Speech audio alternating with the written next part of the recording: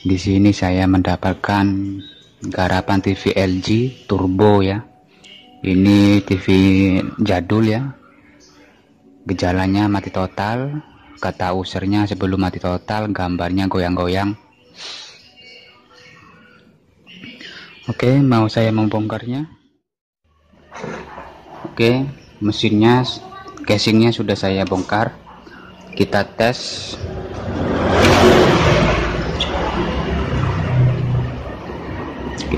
Ya.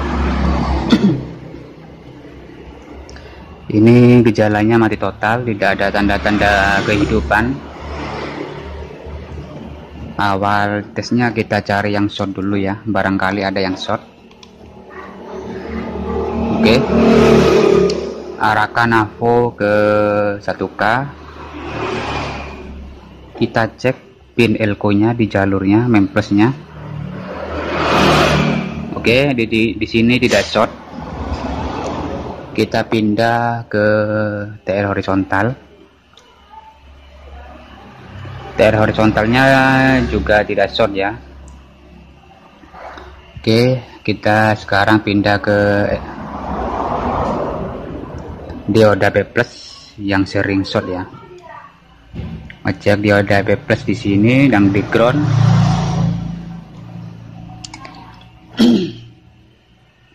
Juga tidak short, normal ya. Tapi kok bisa mati total ini? Oke, sekarang pindah ke vertikal.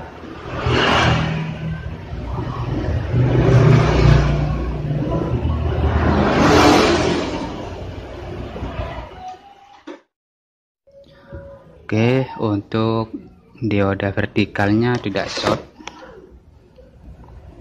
Tidak short ya, tidak ada yang short di sini.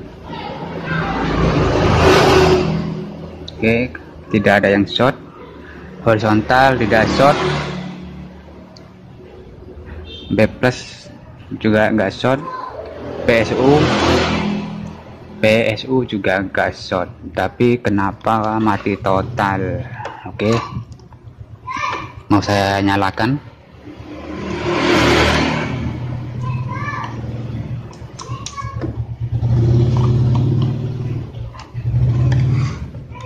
Oke, mau saya cek tegangan dulu ya di elko besar, apakah tegangannya ada. Saya coba dulu. Oke, ternyata tegangannya nggak ada ya. Kita lari ke bawah, mundur. Kita cek di bawahnya. Oke, untuk inputnya ada. Ternyata putus di fuse. Tegangannya berhenti di fuse ya. Saya cek fuse-nya. Oke, untuk fuse-nya putus ya. Pantesan mati total. Tidak ada tanda-tanda pergerakan di AVO nya. Mau saya ganti fuse dulu. Oke, ini fuse nya. Fuse nya agak kecil ya. Oke,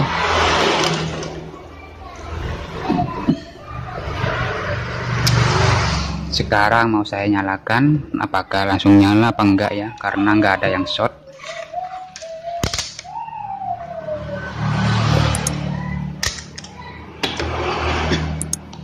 Itu cara pertama ya untuk mendapatkan TV mati total atau gimana. Kita cek dulu yang short-shortnya ya, jangan keburu dinyalakan.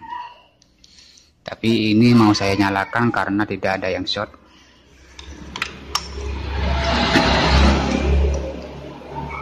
Oke, sambil cek B+ nya ya, mudah-mudahan tidak putus.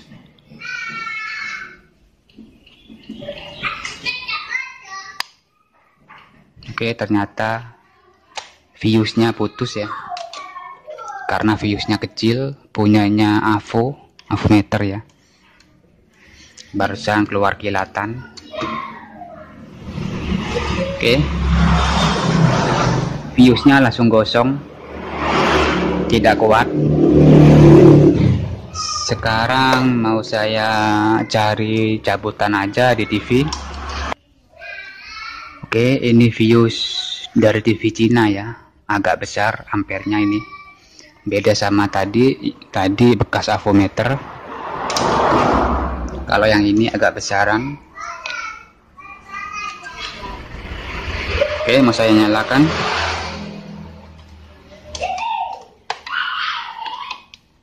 Mudah-mudahan gak jeplak ya. Bismillah. Ternyata MCB-nya jeplak.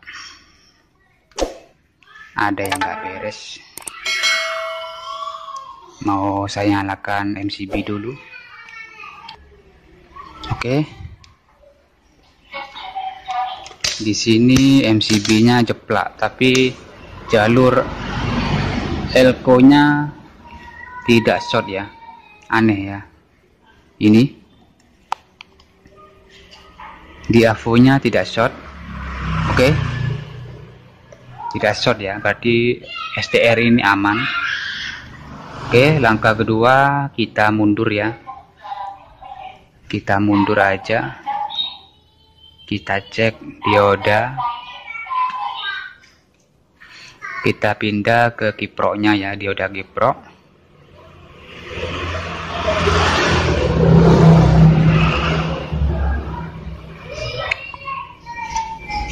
Kita cek dioda yang kecil-kecil dulu.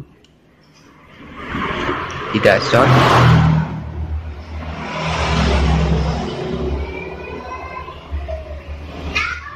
Oke, tidak. Oke, kita cek dulu satu persatu untuk kapasitornya ya. Kapasitor 2 kV. Saya cek satu persatu.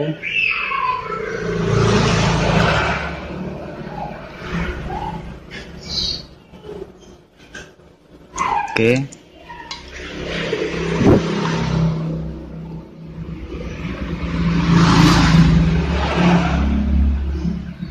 Di sini 2 kV-nya short ya. Kalau diukur short. Seperti ini. Kita cari satu persatu. Feeling saya ada di PTC atau kapasitor 2 kV-nya ya. Oke, mau saya lepas dulu untuk kapasitornya dan PTC-nya sudah saya lepas sama PTC-nya. NTC apa PTC ini lupa saya karena mirip namanya. Saya ukur tidak short ya. Jadi saya terpaksa fuse-nya saya ganti dengan bolham. Ini saya ganti dengan bolham ya, daripada MCB-nya jeplak-jeplak terus. Oke, saya akan mengeceknya. Kalau bolham ini menyala berarti belum beres ya. Oke, bolhamnya menyala, cuma agak redup ya. Saya akan tes untuk VCC-nya. VCC-nya di pin elko besar.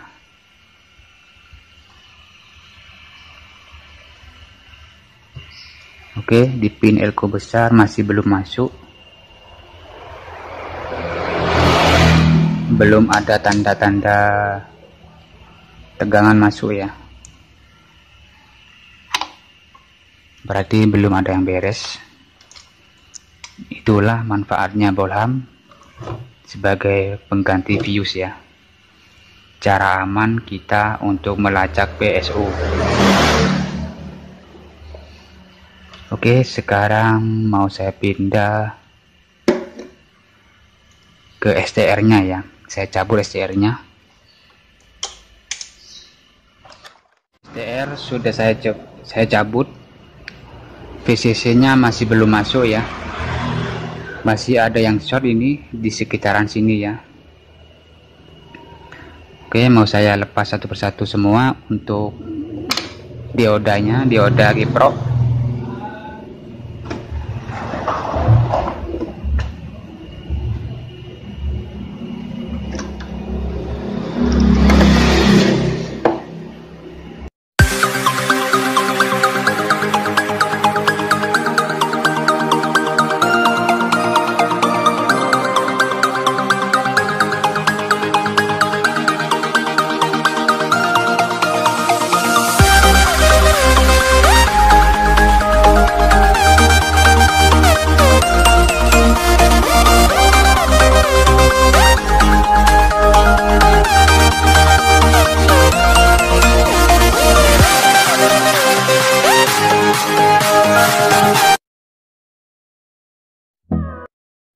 Oke, dioda kiproknya sudah saya lepas ya.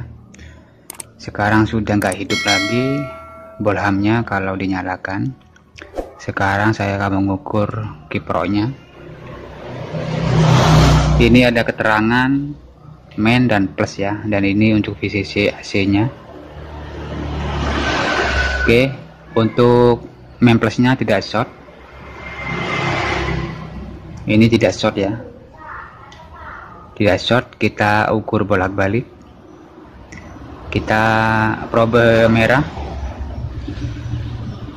ukur seperti ini ya di jalur AC. Oke, ternyata di jalur AC nya seperti ini short. Kalau diukur main plusnya tidak short, kita ukur bolak-balik seperti ini. Probe hitamnya di jalur AC tidak short ya. Kalau probe merahnya di AC ini short seperti ini ya. Oke, ini sangat menipu ya, short seperti ini. Oke, berarti yang short ini jalur main ya. Tadi sudah lepas STR, nihil, masih short. Sekarang saya lepas ini. Maksudnya saya lepas dioda kiprok, sudah nggak short lagi ya. Saya coba nyalakan pakai view saja, apakah MCB-nya jeplak. Saya coba ya. Dan untuk PTC-nya sudah saya kembalikan. Oke.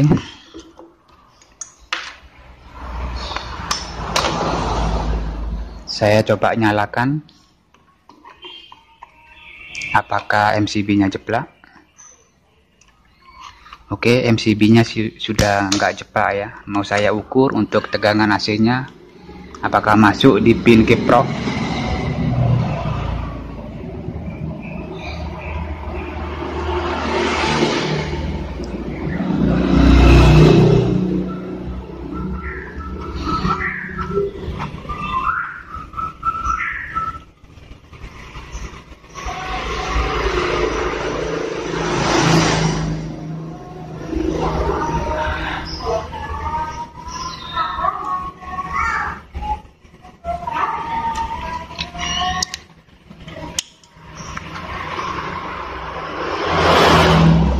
Oke, di pin kiproknya sudah masuk pin VCC nya ya, berarti positif, kiproknya rusak. Oke, saya akan mencari kiproknya. Nanti saya ukur kiproknya ya, kiprok antara kiprok normal dan kiprok short ya. No, no, no, no.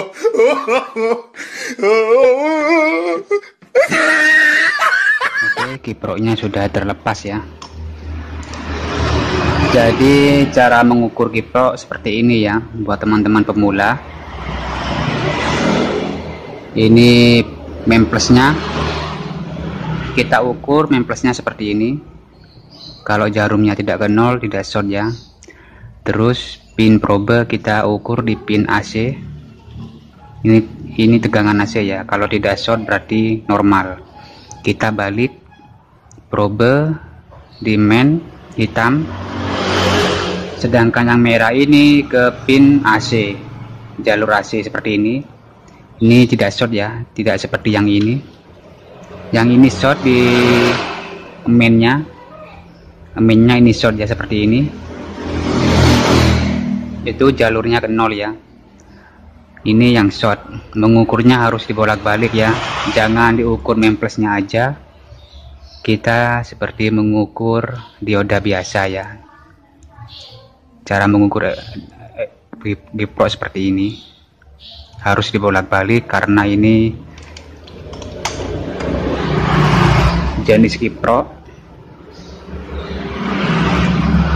Kalau di mesin Cina itu enggak ada seperti ini, memakai dioda 4 ya. 4 biji yang di seri saling menyambung pinnya ya. Oke, mau saya tancap ya. Ini ada yang putus, mau saya sambung.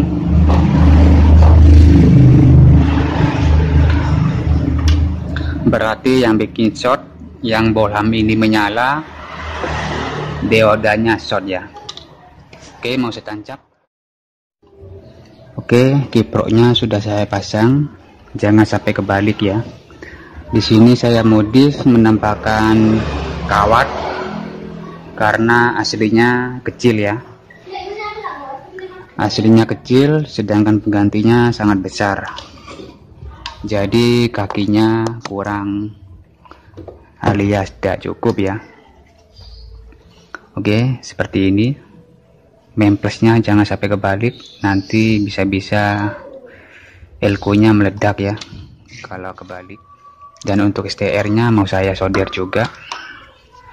Ini STR-nya nggak apa-apa karena tidak short. Saya solder dulu. Tapi kata yang punya TV, gambarnya hilang timbul. Setelah dicoba, ternyata cuma mati total. Fuse-nya short, fuse-nya putus ya maksudnya. Oke, mau saya nyalakan. Apakah bohlamnya masih menyala atau pin elko-nya belum kemasukan tegangan? Saya nyalakan. Cara mengecek PSU seperti ini ya, buat pemula aja.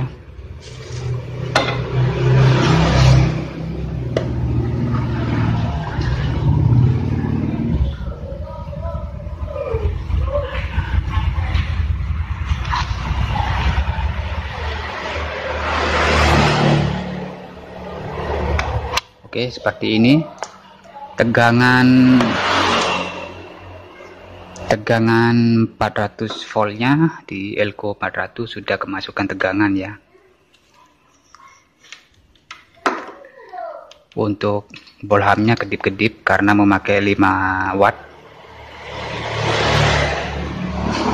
Oke, VCC nya sudah masuk, berarti sudah normal untuk PSU nya ya. Sudahkah saya kasih sekring atau fuse? Oke, sekarang saya tinggal cek untuk sekundernya. Untuk di pin B plusnya apakah sudah keluar ya.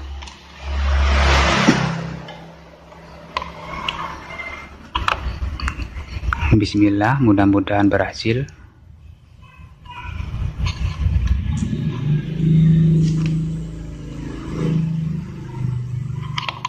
Oke. Di sini TV-nya setar, cuma di PSU berbunyi ngerik ya. Barusan sudah setar, cuma bagian PSU-nya ada yang ngerik.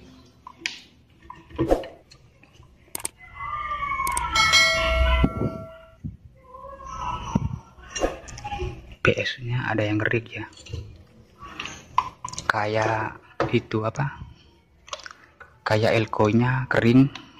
Karena pernah saya ngalamin ya. Oke, saya buang dulu untuk muatannya. Mau saya cek, sudah hilang. Oke, mau saya cek elko besarnya. Soalnya ngerik ya. Dulu pernah satu kali menemuin ngerik. Bukannya satu kali ya, sudah 2 kali kalau nggak salah di TV LG dan Cina ya. PSU nya ngerik. Sekarang saya coba untuk mengukur elko nya. Barangkali elko nya yang ngerik. Biasanya elko kalau kering itu ngerik ya, pengalaman saya. Oke, setting untuk ESR nya dulu ke 0. Oke, pastikan sudah nggak ada muatan ya untuk elko nya. Ternyata benar, dugaan saya benar ya. elko-nya kering. Jadi feeling saya dioda ini short disebabkan elko kering ya. Ada sebab, ada akibat. Penyebab dioda short ternyata elko-nya kering. Pantesan barusan bunyi ngerit. TV sudah setar, sudah bekerja, cuma ngerit ya. Ini saya dekatkan.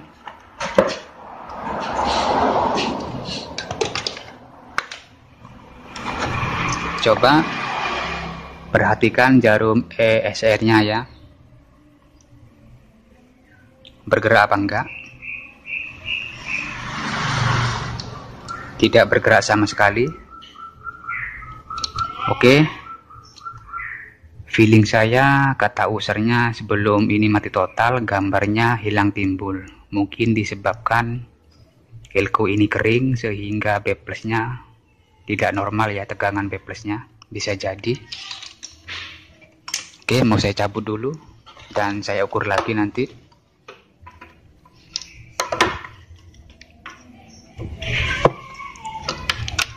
Selama menyervis sudah 2 kali. Di TV Cina juga pernah saya dapatkan PSU-nya ngerit dan layarnya goyang-goyang.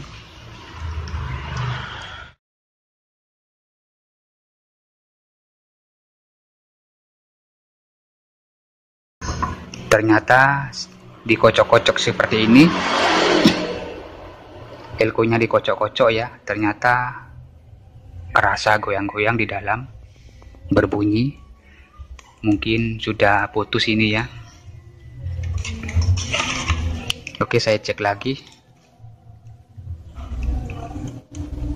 Satukan probe.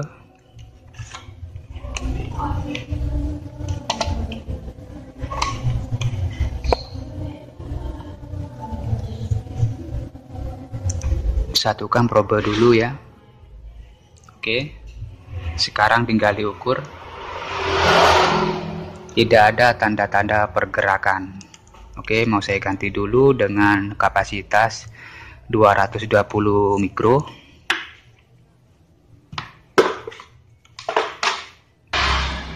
Oke, sudah saya dapatkan. Mikronya juga sama, cuma voltnya aja yang beda ya. Ini 400 volt, sedangkan yang ini 450 volt. Tidak masalah.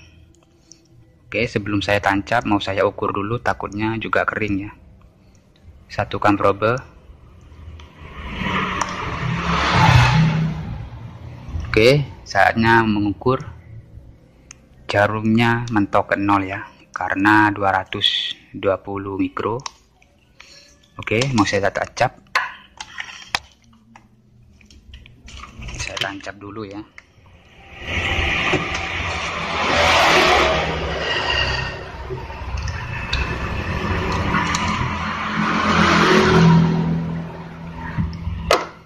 Oke, jangan sampai kebalik. Nanti kalau kebalik bisa meledak.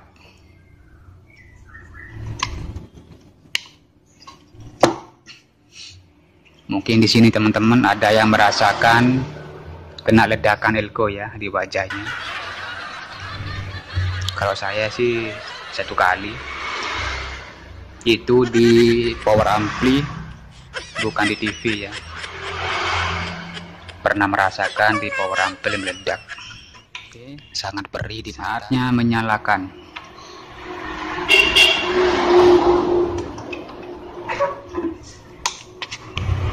Oke, saatnya menyalakan TV sambil diukur B plusnya.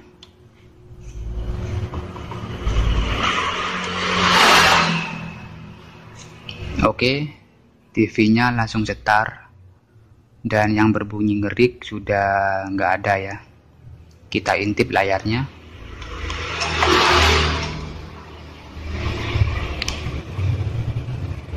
Oke, sudah keluar blue back, mau saya kasih anten.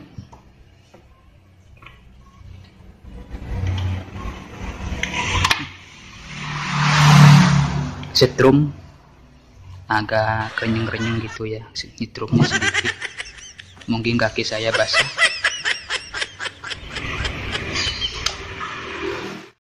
Oke, sudah dites running ya, sudah 1 jam aman-aman aja, tidak ada kendala. Jadi di sini penyebabnya dioda Kipro ini short karena elko-nya kering ya, mungkin kerjanya terlalu berat. Jadi cuma ganti 2 komponen sudah normal kembali dengan bantuan 1 bolham, yang kedua ESR tanpa lepas dari mesin untuk mengukur elko dan kapasitor, dan yang kedua avometer biasa ya. Oke, semoga bermanfaat bagi teman-teman pemula aja ya, cara memprediksi atau mengukur jalur yang short atau memperbaiki PSU yang short ya.